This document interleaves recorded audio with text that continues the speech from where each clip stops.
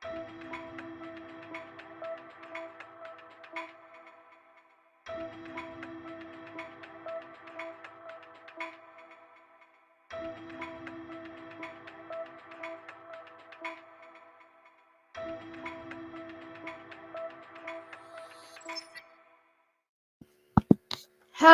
and welcome to Daddy Dimes Radio, episode 5. And just real quick, we're doing a little thing, shout out kind of thing here, where it's like you can comment down below a team that you want us to review, and we'll do a little review on that team. And with that out of the way, let's just dive right on into it. Yeah, let me say something real quick on that, Levi. So basically, if you guys want to leave a comment down below about any team in any sport you'd like us to talk about next episode, we're going to do a segment talking about those teams you guys tell us to talk about. But yeah, Levi, back to you. We're going to be starting it off with NBA top 10 power rankings. You tell me yours first, Ethan. At number 1, I have the Golden State Warriors coming off that win against the Suns. Of course, Klay Thompson out, but when they get him back, they'll be even better.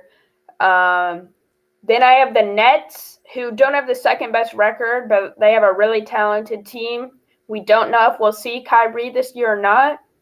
Then at number 3, I have the Suns, second best record in the NBA now. They lost their 18-game winning streak, but very good team. And then at number 4, the Milwaukee Bucks, who are also on a bit of a winning streak and had it snapped this week, but are back up as one of the top teams in the NBA. Then the Chicago Bulls, who continue to impress people. DeMar DeRozan and Lonzo Ball really doing much better than people expected. Then at number 6, the Utah Jazz, another year where they just have a really solid record, and I don't expect too much from them in the postseason again, except a great couple games from Donovan Mitchell. And then we have the Miami Heat at number 7. Of course, Bam Adebayo now injured, but with him healthy, they have Kyle Lowry, Jimmy Butler, Bam Adebayo, Tyler Hero, PJ Tucker for defense, Duncan Robinson for threes. Really solid team. And then at number 8, the Washington Wizards, who have really impressed us, similar to the Bulls. Then at number 9, the Hornets, who have been losing a couple games lately, but they have a really solid team with Miles Bridges performing alongside Gordon Hayward and LaMelo. And then finally at number 10, the Lakers, who continue to struggle, I think with just a 12-12 record. But, of course, they have such a talented team. When it's power rankings, you got to put them in there. For my first team, I have the Warriors, who are really, really good team, probably the best in the NBA. The Suns, the Nets, then I have the Bucks, the Bulls, and the Jazz. Then for number 7, I have the Heat, then Lakers, then Hornets, and number 10, Wizards. So at that bottom, what kind of pushed you to put them in that order? Lakers, Hornets, then Wizards. The Lakers, really talented team. They have the potential to do really, really good, beat really, really good teams.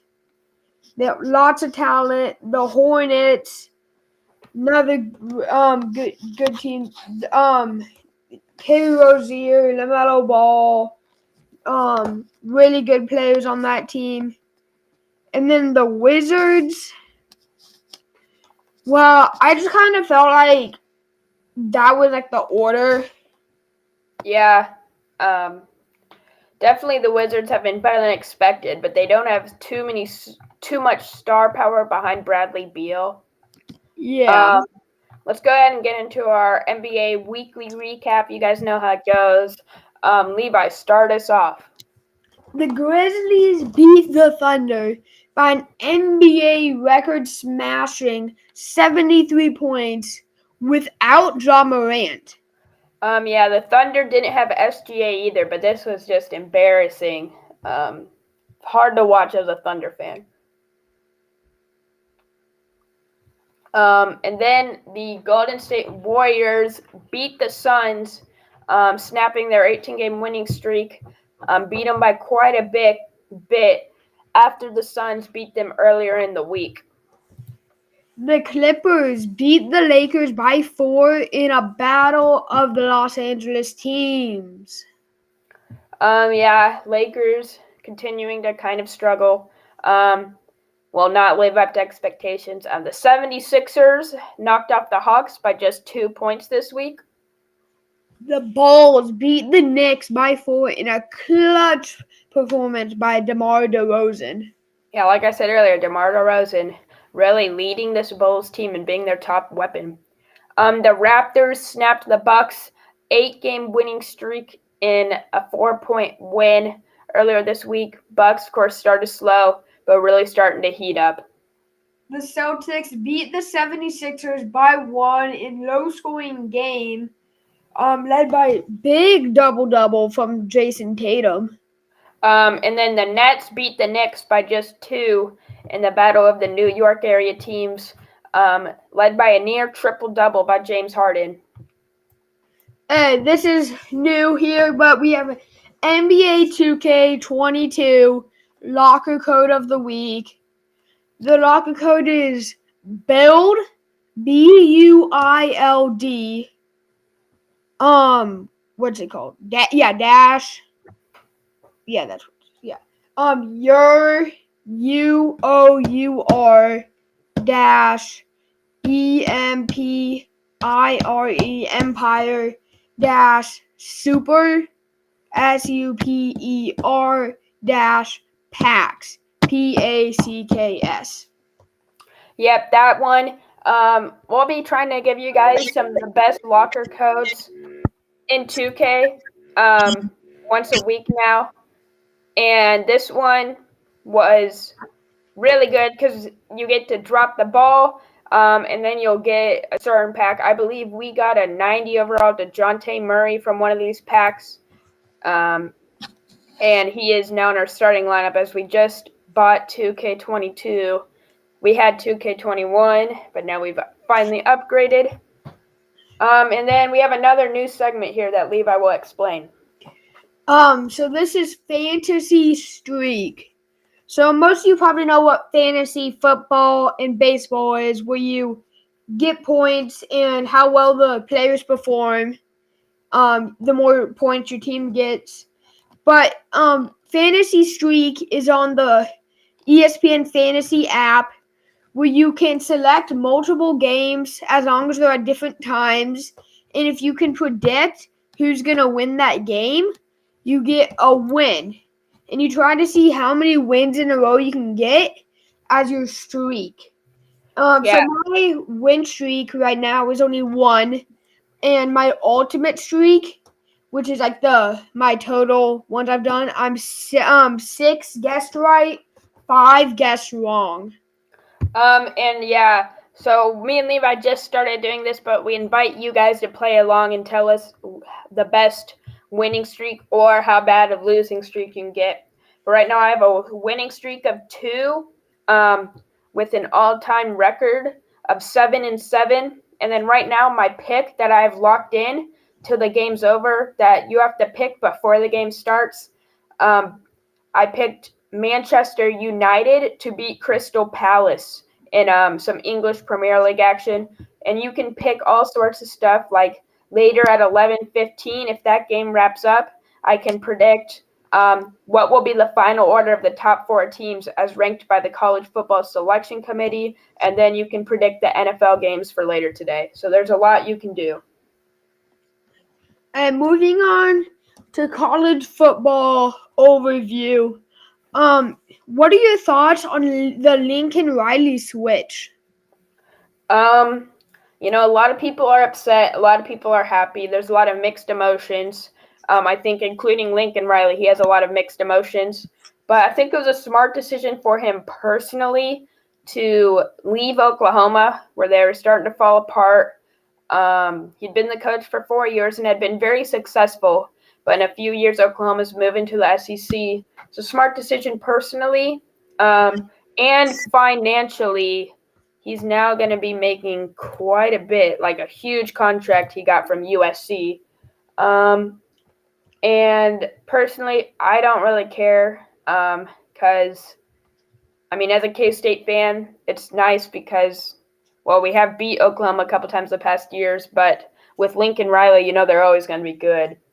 And my hot take is next year OU will not even finish as a top 5 NCAA college football team. Okay. So we are going to be jumping into the championship recaps for college football, starting off with Oregon versus Utah. Utah winning that one. Oregon losing to Utah twice this year. Both of them end their regular season as a 3-loss team looking for a good bowl game. Not very good for Oregon. After they beat Ohio State, we had a lot of high expectations, but they just did not meet them.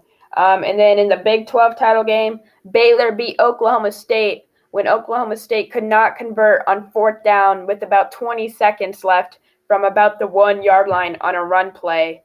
A tremendous play by I don't know who, but it was some Baylor linebacker or defensive back or something that stopped them just before he got to the pylon. So pretty much Oklahoma State had a small chance of getting into the college football playoff if they won this, but now OSU is probably definitely eliminated. Yeah, Georgia versus Bama. Bama wins that one.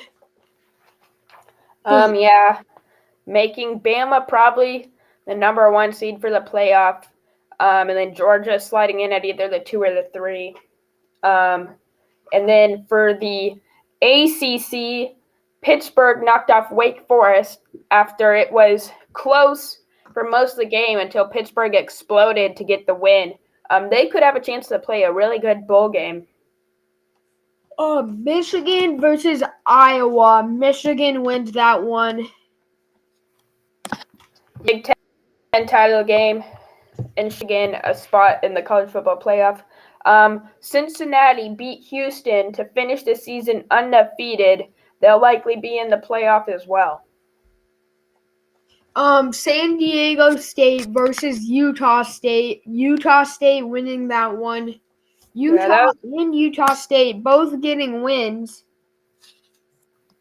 Yeah, big Utah for college football, but I was kind of disappointed in State. They could have finished as a 1-loss team. Instead, they were upset, and by quite a bit by Utah State. And then Louisiana beat Appalachian State to finish with just 1 loss, that loss coming to Texas in the very first game of the season. Next segment of our college football, the playoff picture. Yes, so in my playoff picture, we have the top 6. So at 5 and 6, not quite making it, I have number 5, Notre Dame, the number 6, Ohio State. And then Alabama at the 1, Georgia at the 2, Michigan at the 3, and Cincinnati at the 4. Then I think Bama will defeat Cincinnati easily. Georgia will defeat Michigan, and then Bama will beat Georgia yet again to win the title. Yeah, my playoff picture exactly the same as you with Alabama number 1, Georgia number 2, number 3 Michigan, 4 Cincinnati, and then 5 and 6 Ohio State and Notre Dame. Yep. Then guys, we each picked one bowl game we'd like to see from some of the best teams not in the college football playoff. Levi, what was your pick you'd like to see? Michigan State versus Oregon. Yeah, Michigan State will likely win that one as Oregon continues to disappoint, but should be a good game if that happens, of course. Then for mine, I picked Ole Miss versus Baylor. Ole Miss, they have a great quarterback and a really high-powered offense, and Baylor has a really strong defense. Baylor coming off the Big 12 title game. Both 2-loss teams. I think it could be a fun one. Yep, moving on to NFL predictions. The Patriots versus the Bills. Who do you have winning that one? I think the Patriots will continue their win streak and hot performances lately against the Bills, who the Bills have lost some bad games this year. Should be a really big game, and it means a lot for this division. But I have the Patriots. Yeah, the Bills, good. Josh Allen, really good team with there, but I think the Patriots will be able to win that game. Pull through the Bills. Been doing really good. The Patriots have. Yep. And then Bengals versus Chargers. I picked the Bengals. What about you? Yeah, I picked the Bengals too. Good team. Joe Burrow, Jamar Chase. Both really good college players. Yep. Yeah, it should be a good game. But then, what about Ravens versus Steelers? I actually have the Ravens winning that one. Yeah, I agree. The Ravens have the best record in the AFC right now, hoping to keep that today against the Steelers. Of course, Lamar Jackson's been great. I don't know if he's still hurt or not. I'll work on that while we move on to our next team. Raiders versus the Washington football team. I'm gonna have to pick the Washington football team. The Raiders been losing a lot lately, and yeah, I just don't believe in the Raiders, and I think the football team's a little bit underrated. Yeah, I agree with you being the football team's underrated, but I do have the Raiders winning this one. It's kind of risky. They have been losing a little bit lately, but I think they'll be able to pull through. It'll be a good game. Yeah, and Lamar, it does seem like Lamar is going to play today. Then who you have for Seahawks versus 49ers? I have the 49ers winning this one. Yeah, same. 49ers, another team that's been on a hot streak, and the Seahawks have been very disappointing. Lost to Washington last week, and I think the 49ers are about to start winning a bunch of games and make a push for the playoffs. Yeah, and something new here for you guys. We're doing a little review on some of the My Cause, My Cleats for the NFL. Yep, so hang on, guys, just a second here, and I will share my screen, and I will show you guys some of these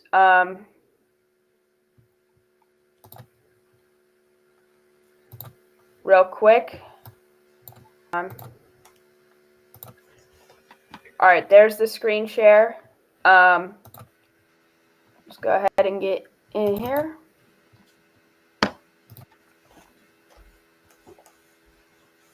All right, and these are the cleats that Quentin Nelson is going to be wearing, of course, from the best offensive lineman in the league, representing the V Foundation. And as you can see, he has the quote, "Don't give up, don't ever give up." I'm a big fan of these. I really like the design. Pretty cool.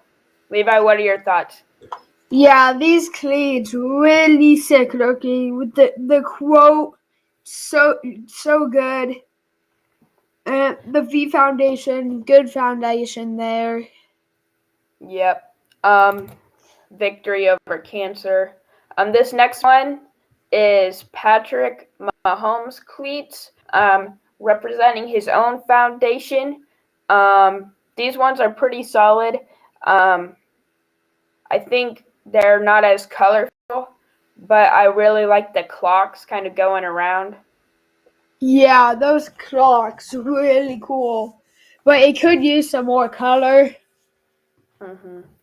But of course, it's always cool when you have your own foundation to represent, you know. Yeah. All right, and these ones are going to be Ezekiel Elliott's, the Cowboys running back that he will wear. These ones, probably my favorite so far. It's close between this one and Quentin Nelson's. I don't know. Yeah, I really like the black and the white. Yeah, how it kind of contrasts. That's really cool. Yeah. And then let's go ahead. Have we already done? I can't. No. Hang on. It's taking a little bit to load here. Here we go. These ones are Cody Davis's, who is a defensive back for the Patriots. And he is representing ALS in his cleats. And I think they're really cool, keeping to the Patriots colors. What are your thoughts on them? The colors so good, and with the big ALS there, the colors they mix together so well. Yeah, of course, all the pro players kind of have to worry about ALS, with how much they hit their heads. So I appreciate Cody Davis standing up for that.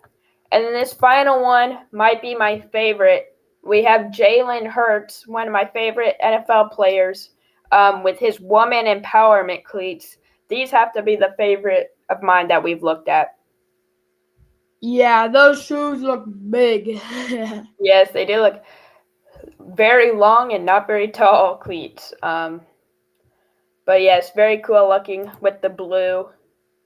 And now we're going to go ahead and screen share into our next thing, which we're going to have a tier list for the running back. So as you can see, we just have the logos, and we're just going to give their running back.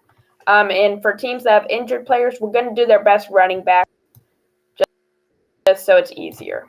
You ready? Yep. Alrighty.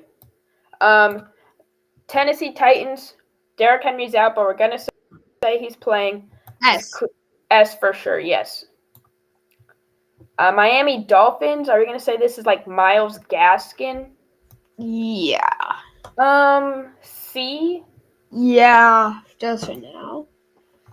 New York Jets, oh, I forget. His name is like Carter something, maybe Michael Carter. I'm going to have to say D. I don't think it's been that good yet. I don't know. Years. Let's put him in D. Okay. And then Joe Mixon for the Bengals.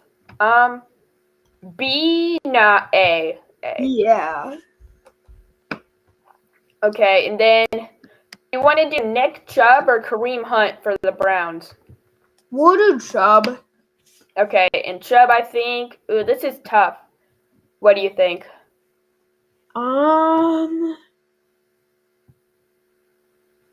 It's either A or S. Probably A. Yeah. And remember, guys, these ones they're not in order within their columns. Jacksonville Jaguars with James Robinson. Of course, Travis Etienne got hurt, but James Robinson. B. Yeah. Okay. Oh, grab the Lions. The internet's being very slow right now, guys. Sorry.